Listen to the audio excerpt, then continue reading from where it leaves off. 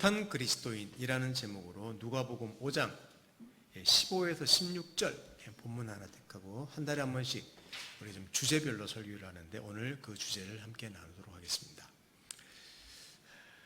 좀 제목이 진짜 기독교 우리 덕목에 맞지 않는 덕목처럼 보입니다. 그죠? 자, 15, 16절을 우리 함께 읽어보겠습니다. 다 같이 15, 16절. 예수의 소문이 더욱 퍼짐에 수많은 무리가 말씀도 듣고 자기 병도 고침을 받고자 하여 모여오되 예수는 물러가서 한적한 곳에서 기도하시니라. 아멘. 21년 추수감사 예배를 여러분들과 함께 드리게 되어서 기쁘게 생각합니다. 아까 전에도 말씀드렸다시피 우리는 농사 짓지 않기 때문에 추수감사 예배라고 하는 것이 좀 생소한 느낌이 있습니다만은 상당히 의미 있는 절기이기 때문에 우리 신약 교회에서도 우리 계속 현대 교회에서도 예배를 드리고 있습니다. 추수라고 하면 보통 생각나는 단어들이 수고, 노동, 열심, 노력 이런 단어가 떠오르는 것이 맞습니다. 그런데 기다림이라는 단어도 함께 떠오르는 것이 사실입니다. 왜냐하면 추수는 단번에 이루어지는 게 아니기 때문에 물론 방울토마토는 심어봤는데 심고 오이 한 달 만에 오이가 열리더라고요. 그런 추수 말고 보통 농사를 지면 수개월이 흘러야 됩니다. 우리 인생의 추수라고 하면 평생 걸릴 수도 있습니다. 그래서 추수라고 할 때는 사실은 오래 기다림, 느긋해야만 할 수 있다는 생각이 떠오르는 것이 사실입니다. 우리는 너무 빠른 시대에 살고 있습니다. 그런데 이 추수라는 거 생각한다면 우리는 너무 빠른 시대에 살고 있습니다. 근데 급하다고 추수하는 것이 아닌데 굉장히 조급한 시대를 살고 있거든요. 불과 20년, 30년 전 이 설교 준비하다가 진짜 빠른 시대구나. 여러분 지금 여러분들 스마트폰, 최신 스마트폰 쓰고 계신데 이 스마트폰을 또 어떻게 만지면요 쓰는 것보다 더 빠른 속도가 될 수도 있답니다. 유튜브 찾으면 다 나옵니다. 그만큼 속도를 중시하는 세상이에요. 그러다가 제가 불과 20년 내지 30년, 제가 30대 초반을 한번 생각해 봤습니다. 20대 후반, 30대 초반을 생각해 보니까 타자기가 들어가면서 타자기 있죠? 워드 프로세서라고 나왔던 적이 있습니다. 기억납니까 혹시? 여기 사진을 제가 한번 찾아봤어요. 왼쪽에 있는 거. 글자가 한 2줄 정도 보이는 전동 타자기 같은 겁니다. 워드 프로세서입니다. 그러다가 개인용 PC가 제가 30대 중반 정도에 드디어 개인용 PC가 그것도 어렵게 모든 가정에 있는 게 아니라 어떤 사람들이 가질 수 있었습니다. 오른쪽 것 같은 구닥다리. 커다란 거죠. 이때 사용했던 인터넷 전화선에 연결한 모뎀을 연결해서 인터넷을 사용하려면 전화가 안 됐던 시절이 있었습니다. 그리고 밑에 있는 전화기 아십니까? 제가 카폰이라고 하는 것인데 회장님들만 가지고 다니던 차에 그 당시 시가 400에서 500만 원 했던 전화기가 저 카폰입니다. 벽돌 크기만 합니다. 이게 언제적인가 하면 20년 내지 30년 전 이야기입니다. 불과 얼마 전이에요. 좁은 시대 이야기가 아닙니다. 근데 목사님 지금은 그런 시대, 이 구닥다리 시대는 지났는데 왜 느긋한 삶에 대해서 이야기하십니까? 여러분 정말 필요한 덕목이기 때문에 말씀을 드리는 겁니다. 저는 오늘 전하는 내용은 무엇을 오늘 좀 같이 전하고 나눌까 생각하다가 책 제목 중에 느긋한 제자라는 책이 있습니다. 앨런 패들링 목사님이 지은 느긋한 제자라는 책자를 읽고 그 주제와 내용들을 좀 참고해서 오늘 말씀드리는 내용입니다. 이 느긋한 삶의 모범으로 예수 그리스도를 생각해 볼 수 있습니다. 저도 이번 책을 좀 많이 읽었는데 유명한 영성신학자 달라스 윌러드라는 분이 있습니다. 이분이 예수님을 한마디로 무엇이라고 말할 수 있겠습니까? 라는 질문을 하고는 이렇게 던졌습니다. 예수님을 한마디로 표현한다면, 한 단어로. 이분 이야기예요. 느긋하다. 이렇게 대답을 했던 적도 있다고 합니다. 보통 느긋하다고 하면 게으르다, 나태하다는 뜻으로 이해하기 때문에 느긋하다는 말은 예수님에게 어울리지 않는 단어처럼 보입니다. 오히려 예수님이라고 하면 열심을 내신 분, 하나님 일에 열정적인 분, 목숨까지 드린 분, 다른 사람을 자기 십자가에서 사랑으로 자기를 희생하신 분, 이렇게 표현해야지 맞습니다. 자, 왜 달라스 윌러드 분이 이런 이야기를 했는지 한번 제가 찾아봤습니다. 예수님이 공생애를 언제 시작하셨죠? 30세쯤. 30년이라는 시간을 기다린 끝에 공생애를 시작하셨습니다. 그리고 오랜 기다림 끝에 이제 드디어 하나님 나라의 복음을 전하는데 그것도 40일 동안 성령에 이끌려서 마귀에게 시험 받는 40일간의 고난의 시간을 또 겪습니다. 수많은 표적을 행하십니다. 그런데도 항상 하신 말씀, 내 때가 이르지 않았다. 그리고 자기를 그렇게 잘 드러내지 않았습니다. 예수님 친동생들이 있었고 주변의 제자들이나 많은 사람들이 예수시여, 대단한 분이신데 빨리 자기를 나타내십시오. 그래야지 유명해지죠. 이렇게 말했는데도 전혀 개의치 않으시고 천천히 자기 길을 가셨습니다. 이게 예수님의 페이스였습니다. 소문이 퍼지고 수많은 사람들이 몰려듭니다. 그런데 신기하게 예수님은 한적한 곳으로 도망가서 혼자 기도하는 시간을 가질 때가 비일비재했습니다. 심지어 병으로 사람이 죽는다고 예수님을 재촉하는데도 예수님은 자기 시간표대로 천천히 느긋하게 가셨다가 그 질병 걸린 사람이 죽어버리는 일까지 일어나기도 했습니다. 여러 번 있었습니다.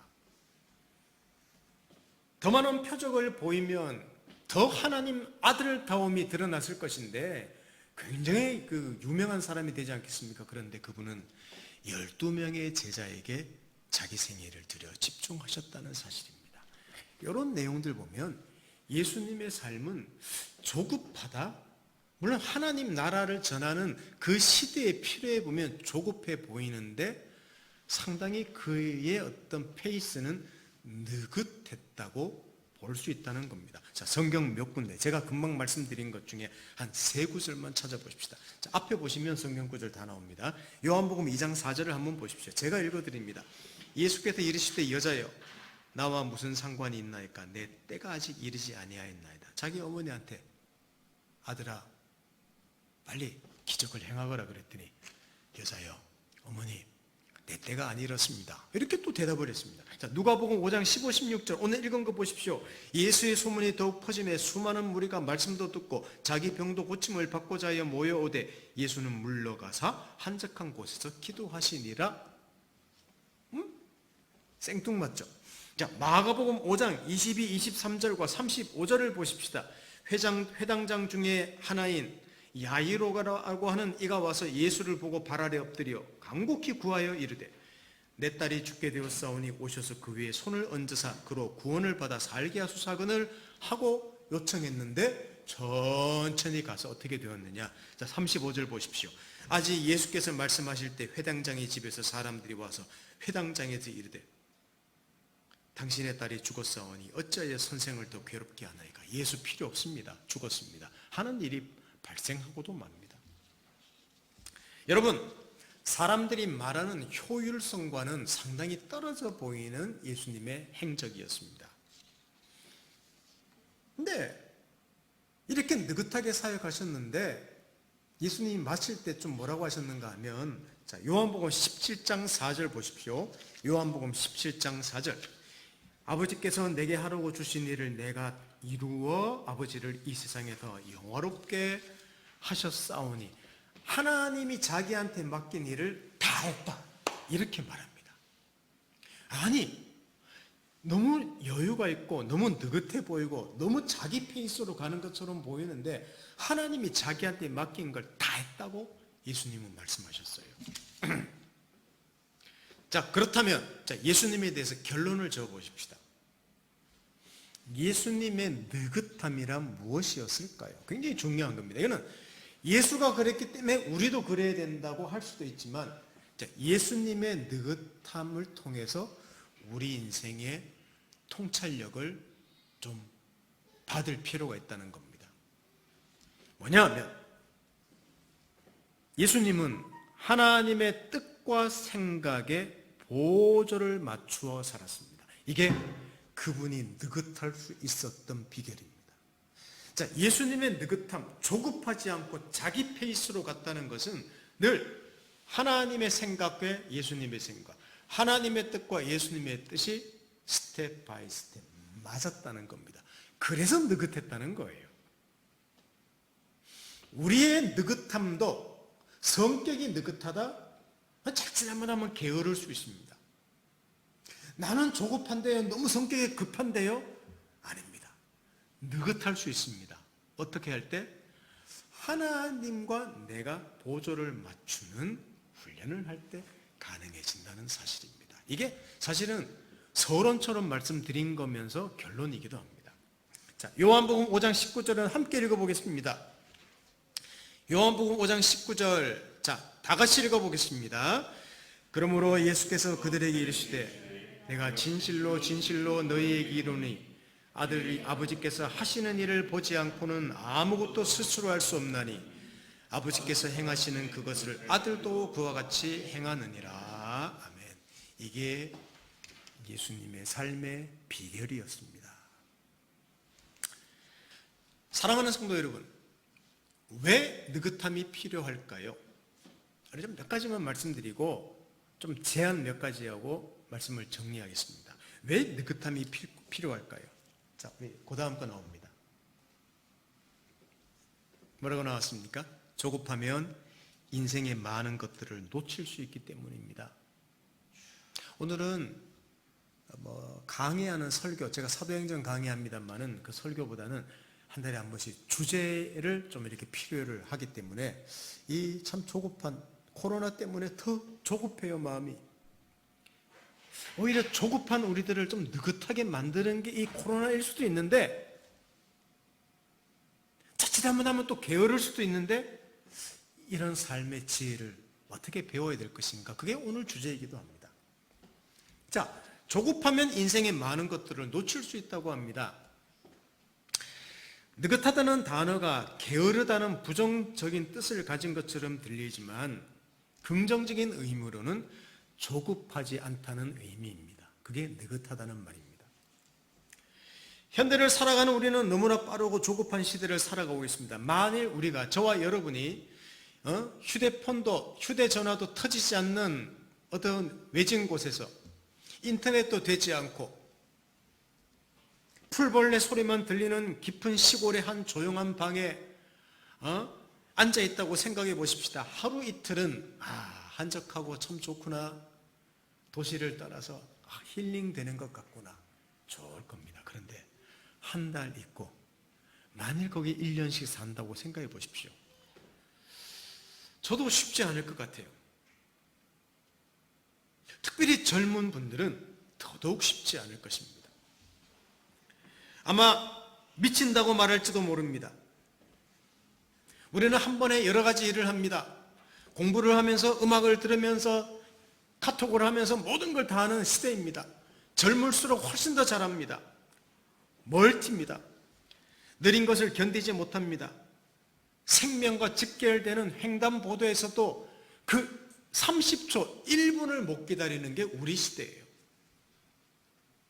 제가 신호를 철저히 지켜보겠다는 각오를 몇 개월 전부터 하고 뭐 우회전할 때나 직진할 때나 그냥 신호를 딱 횡단보도 파란불 켜지면 지키기를 애쓰고 있습니다. 무지 쉽지 않습니다. 그런 조급함 속에 살고 있기 때문에 그래요. 이 생명의 문제거든요. 나의 느긋함은. 물론 여러분 조급하고 긴급하고 빠르게 움직여야 된다 그래서 그것이 나쁘다는 의미는 절대 아닙니다. 긴급하게 해야 될 게 응급의 일들은 반드시 그렇게 해야 됩니다. 그리고 빠른 것이 나쁜 것이 아닙니다. 재빠른 것은 좋은 겁니다. 신속하니까요. 또 성과도 맺히기도 합니다. 그래야 됩니다. 또 사실은. 그러나 자, 이게 중요해요. 신속하다고 닿는 게 아니라 신속하기 때문에 놓칠 수 있는 것을 알아야 된다는 것이죠. 여러분, 어떤 사람은 일 처리를 잘합니다. 일 중독처럼 보입니다. 그런데 이런 사람에게 부족한 게 뭔 줄 압니까? 휴식과 재충전의 여유가 부족하기 때문에 늘 쫓기는 거예요. 그리고 정작 해야 될 일, 창의적인 사고, 관계 형성, 자기 개발, 자기가 커지는 일을 못할 수 있다는 겁니다. 일에, 업무에 쫓기다가. 이게 현대인들의 큰 병입니다. 안 할 수도 없고. 그래서 제가 이 주제를 말씀드리는 거예요. 한 번쯤 생각해 보시라고. 특히 직장인들, 과로하죠. 네, 말씀드릴까요? 여러분, 과로는 열심이 아니라, 과로는 부지런이 아니라, 과로는 게으름이라는 것을 꼭 기억하시길 바랍니다. 왜냐하면 제가 읽은 책에 이런 말이 있더라고요. 과로는 러닝머신을 타고 달리는 것과 같다. 실컷 달렸는데 제자리더라. 이렇게 이야기하고 있습니다. 여러분, 열심히 일한다고 다 얻는 게 아니라 자칫 잘못하면 조금도 어떤 업무는 성취했는지 모르지만 자기 인생에 있어서는 조금도 진전이 없을 수 있다는 것을 꼭 기억해야 합니다. 우리의 삶이 온통 일들로 가득 차 있습니다. 우리 스케줄러나 플래너 같은 거 보면 다 할 일들을 묶는 투두 리스트. 이게 인생이 아닙니다. 진짜 인생은 거대하고 느긋합니다. 큰 바다와 같고 강과 같죠. 이게 인생입니다. 그러니까 의미 있는 인생을 살려면 일들 때문에 놓치기 쉬운 것들을 놓치지 않고 좀 느긋함을 내가 계속적으로 유지해 줄 때, 의도적으로 유지해 줄 때 우리 인생은 좌초하지 않는다는 것을 꼭 기억하면 좋겠습니다. 그래서 성경에도 특히 시편에는 이런 구절들이 많이 나옵니다. 자, 시편 46편 10절을 우리 다 함께 크게 읽어보십시다. 시편 46편 10절 다 같이 시작. 이르기를 너희는 가만히 있어 내가 하나님 됨을 알지어다. 내가 문나라 중에서 높임을 받으리라. 내가 세계 중에서 높임을 받으리라 하시도다. 아멘. 말이 됩니까? 가만히 있으라니요. 서두르지 않으면 일이 이루어지지 않는데 말입니다. 아닙니다. 하나님의 이 말씀은 내가 일할 테니까 너는 가만히 있거라. 이 말은 우리가 열심을 낼 때 도리어 하나님이 보여주시고 베푸시는 그 은혜들을 지나치기 쉽다는 것을 우리한테 가르쳐주는 말씀입니다. 내가 열심을 낼 때 하나님이 보여주시는 귀한 교훈을 놓칠 수 있는 거예요. 우리 꼭 이 하나님하고 연관 안 하더라도 우리 인생을 막 분주하게 살지 않습니까? 인생에서 배울 수 있는 주변의 교훈들 상당히 많이 놓칩니다. 그래서 하나님께서 자기를 바라보고 잠잠히 있으라고 한 것처럼 우리 인생을 막 달리다가 잠시 멈추고 인생을 한번 조망해 볼 필요가 있는 거예요. 그래야지 인생이 좌초하지 않습니다. 우리는 너무 조급하기 때문에 기도하고도 그 응답이 안 되어서 너무 조급합니다. 하나님, 제가 도와드릴 게 있습니까? 아니, 자기가 기도해서 도와달라 그래 놓고 응답이 없으니까 하나님, 제가 도와드릴 거 없습니까? 빨리 응답해 주십시오. 이것이 어렵지요. 믿음을 지키기는 무지무지 어렵습니다. 그러나 반드시 그래야 됩니다. 여러분, 고속도로 50km, 도로를 한 40km, 50km 달릴 때하고 자전거를 탈 때하고 걸을 때하고 고속도로를 200km 달릴 때 비교해 보십시오. 결과는 빨리 달린다는 겁니다. 또 다른 결과가 있습니다. 주변에 좋은 것들을 다 놓친다는 거예요. 걸어갈 때만 걸어가다가 서서 코스모스를 보고 걸어다가 새소리를 듣고 그럴 때만 자연을 즐길 수 있는 겁니다. 볼 것들을 보는 겁니다. 사랑하는 성도 여러분, 우리 조급하면 인생에서 많은 것들을 놓칠 수 있음을 아시고 좀 우리 인생에 의도적으로 바쁘게만 살지 마시고 조급하게만 살지 마시고 한번 스톱 하는 지혜가 꼭 필요합니다.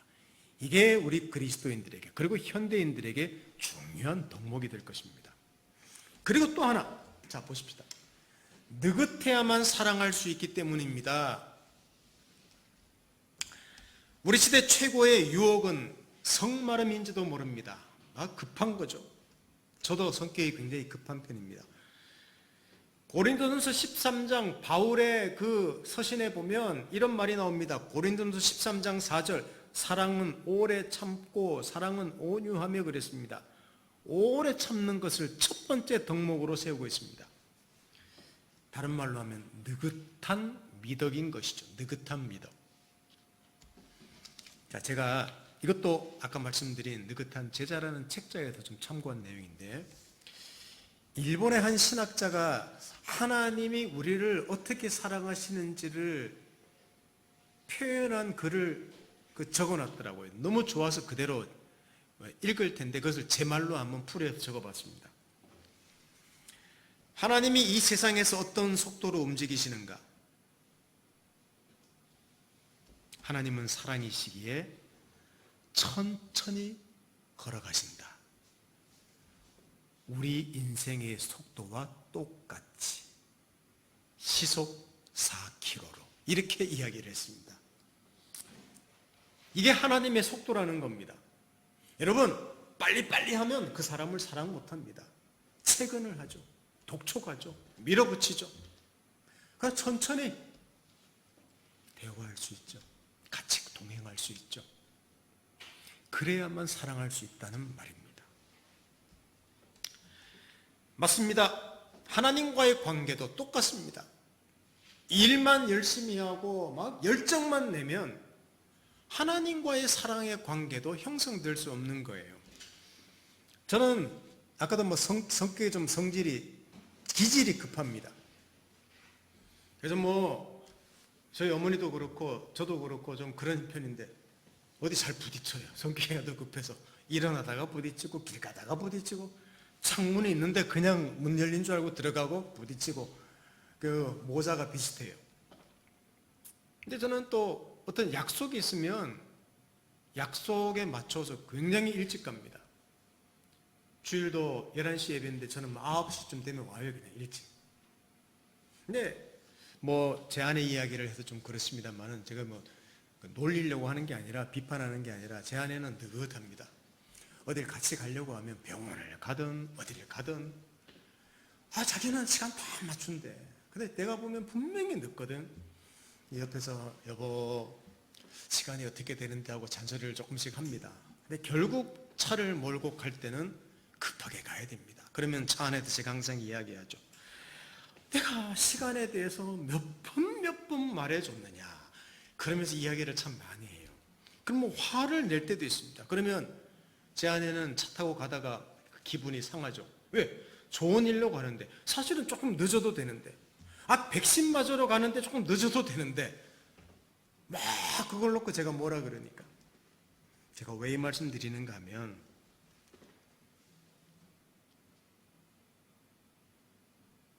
이건 중요하지 않은 것인데 사랑하는 사람과의 관계가 더 중요하지 않습니까? 백신 조금 늦게 맞으면 어떻고 일주일 더 늦으면 어떻습니까? 병원에 가서 약간 시간 늦으면 어떻습니까? 중요한 거 빼놓고 대부분들은 중요하지 않은 약속이 많아요. 물론 약속은 철저히 지켜야 됩니다만 제가 말씀드리는 그 비교를 잘 이해하시면 좋겠습니다. 이게 저한테 있는 약점이기도 해요. 조급함이죠. 그러니까 느긋해야만 사랑할 수 있다는 사실입니다. 사랑하는 성도 여러분, 혹시 여러분들 이렇게 아내와 함께 부부가 이렇게 드라이브를 하거나 또 자녀와 함께 산책을 하거나 또 혹시 집에 반려견이 있다면 데리고 산책하거나 혼자 이렇게 음악을 들으면서 밖에 나가서 공원에 앉아서 책을 보거나 이런 시간들 종종 가지십니까? 저는 잘 못합니다. 저는 여행도 잘 안 해봤지만 왜 그런지 그렇게 열심히 사는 것도 아닌데 늘 마음에 쫓기는 듯한 조급함이 있는 것 같아요. 잘 못해요. 우리 아이들도 아빠 같이 잠깐 걸어 나갈까 그러면 아빠가 좀 할 일이 많아서 종종 부딪힙니다. 여행도 안 하는데 산책도 못 나가냐고 종종 부딪히기도 해요. 이건 제 마음에 있는 인생을 크게 보는 게 아니라 마음에 쫓기는 어떤 마음이 있기 때문에 그런 것 같습니다. 여러분은 어떠신지요? 여러분은 저보다 낫겠죠? 하나님과의 관계에 있어서도 뭔가 합니다. 저는 목사기 때문에 설교 준비한다, 성경 공부 준비한다, 뭔가 일을 합니다. 근데 조용히 앉아서 하나님께 가만히 아무것도 안 하고 말씀 묵상하고 기도하고 제 속에 있는 것들을 털어내고 이런 것들을 하면 뭔가 일이 생각나요. 빨리 준비해야 되는데, 뭘 빨리 준비해야 되는데. 이 조급증에 제 자신이 잘하지 않는 것 같습니다.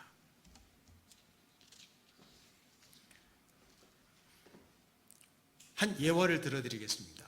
왕에게 두 신하가 있었다고 합니다. 한 신하는 왕에게 노여움을 살까봐 새벽같이 일어나 왕이 지시할 것이라고 생각되는 일을 찾아서 열심히 서둘러 진행합니다. 아침부터 밤늦게까지 이 일 저 일 찾아 헤매는 하는 어떤 한 신하. 다른 한 신하는 새벽부터 똑같이 일어나지만 잠시 왕을 찾아갑니다. 임금님, 제가 무엇을 하면 좋겠습니까? 필요하신 거 없습니까? 꼭 물어봅니다. 그리고 활동하다가 또 금방 옵니다. 임금님, 필요하신 거 없고 왕과 보조를 맞추는 신하가 있었습니다. 여러분, 이 두 신하 중에 누가 왕의 마음을 기쁘게 하는 신하일까요? 열심을 내는, 자기 노력으로 열심히 내는 신하일까요? 내일 와서 왕한테 질문하는 신하일까요?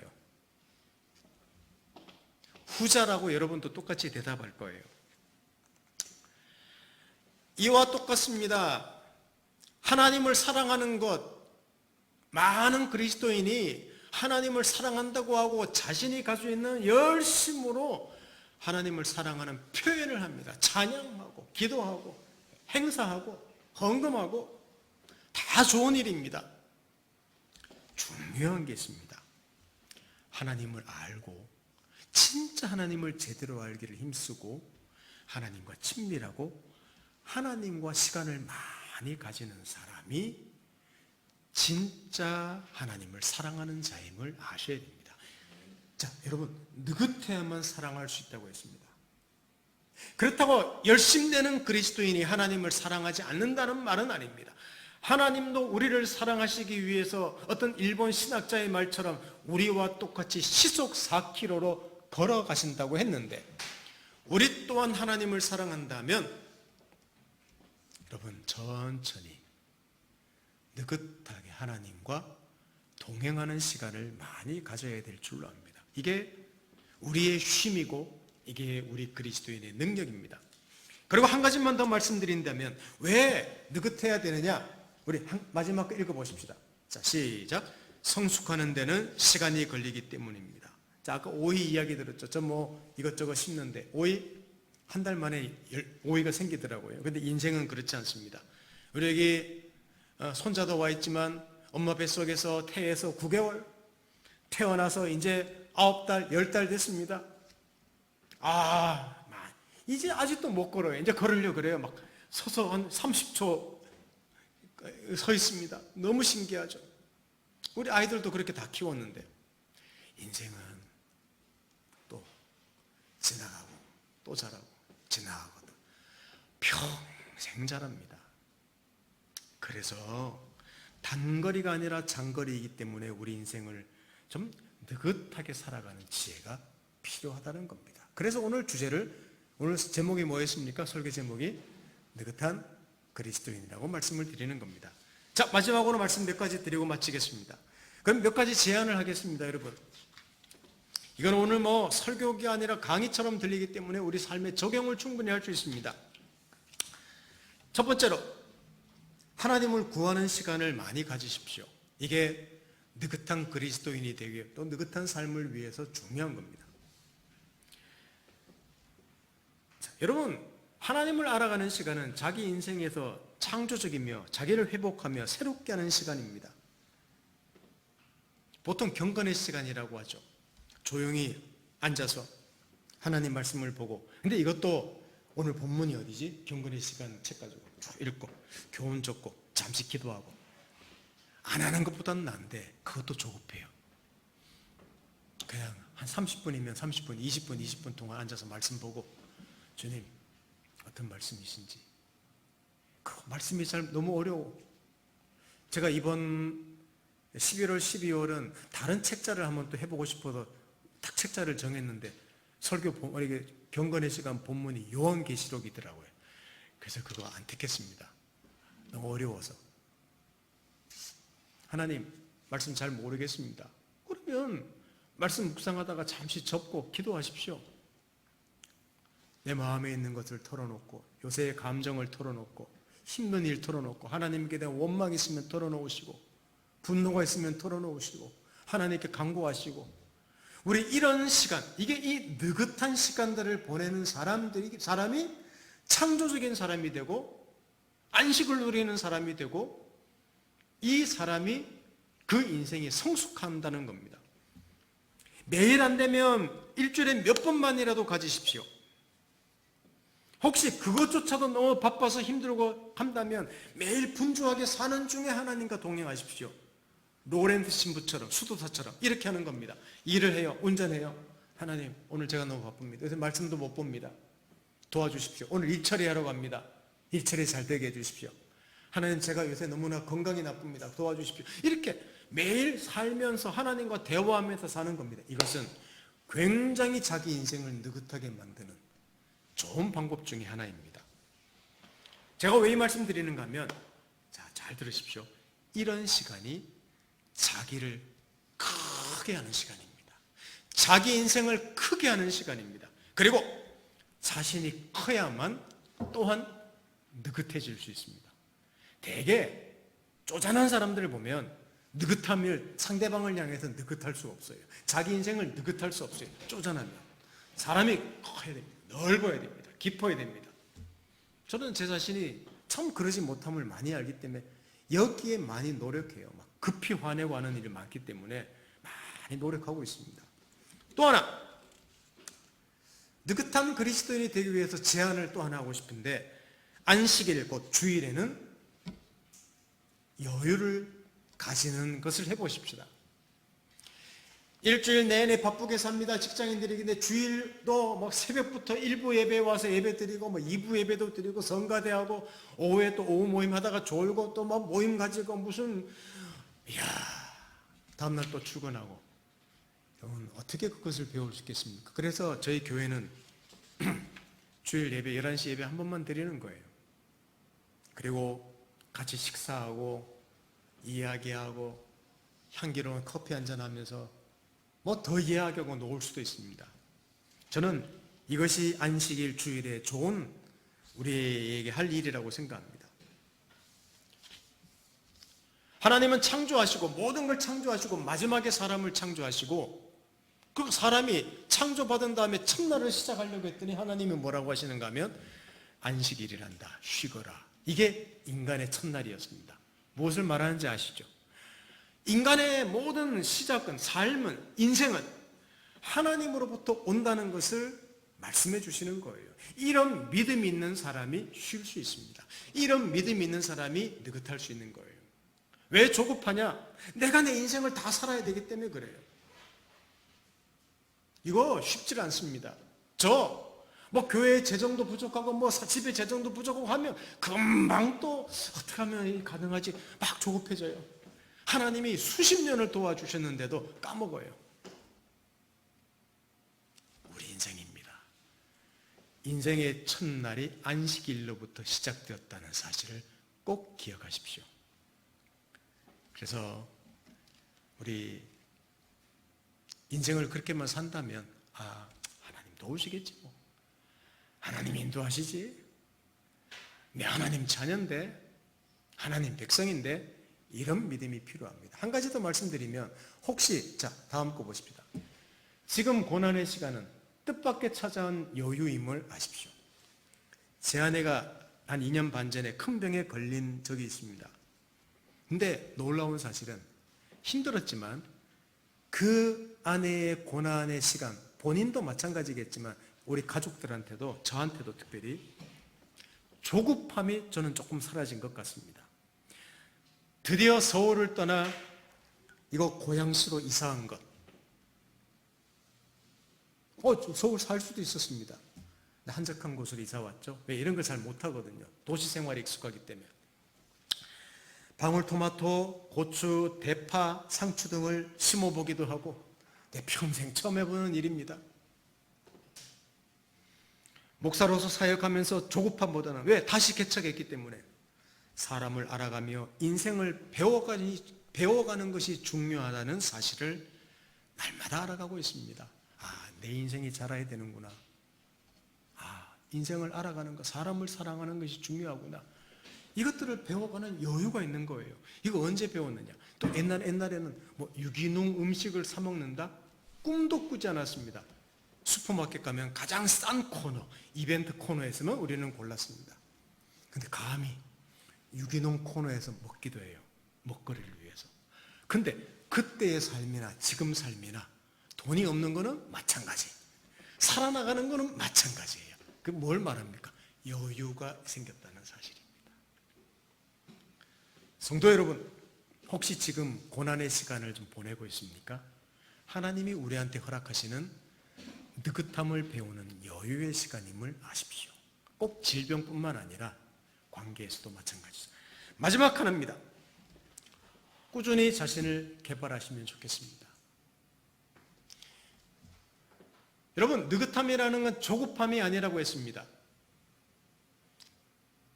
그렇다고 게으른 것도 아닙니다.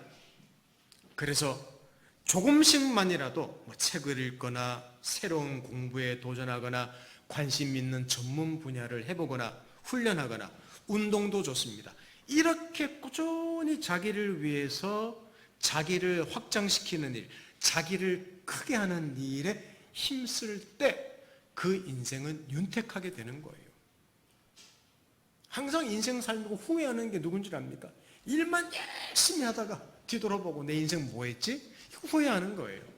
60 금방 됩니다. 70 금방 됩니다. 아니 40, 50도 금방 됩니다.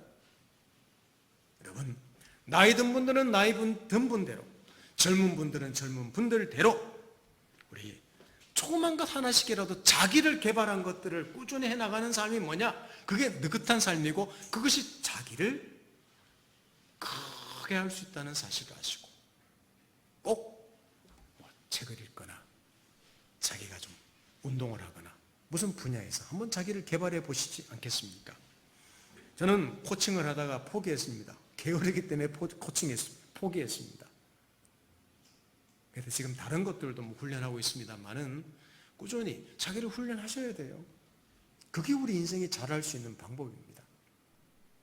사랑하는 성도 여러분, 이런 생각, 오늘 설교를 통해서 이런 생각, 이런 일들이 좀 자기를 잘하게 한다는 사실을 알고 생동감 있는 인생을 만든다는 사실을 알고 오늘 좀 말씀을 들은 이후에 좀 감동을 주는 설교 말씀이라기보다는 주제별 강의처럼 들렸겠지만 오늘 이 말씀이 자신을 살피는, 그리고 우리 인생 막 바쁘게 살았던 인생의 날개를 접고, 폈던 날개를 접고 내 인생 잘 살아오고 있나?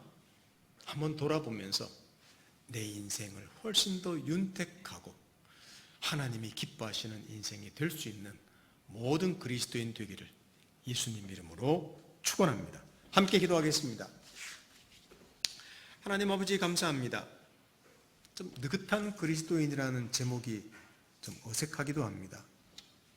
그러나 예수님이 보이신 본이며 이것이 하나님이 우리를 향해 가지신 어쩌면 그 뜻임을 알 때 너무 바쁘게 살지 말고 이 시대가 요구를 하더라도 우리 그런 인생보다는 또 이 코로나라는 위기가 오히려 우리 인생을 한번 돌아보게 만든다는 사실을 알 때 좀 느긋함을 배울 수 있는, 여유를 배울 수 있는, 쉼을 배울 수 있는 귀한 성도들 되도록 축복해 주십시오. 예수님의 이름으로 기도드립니다. 아멘.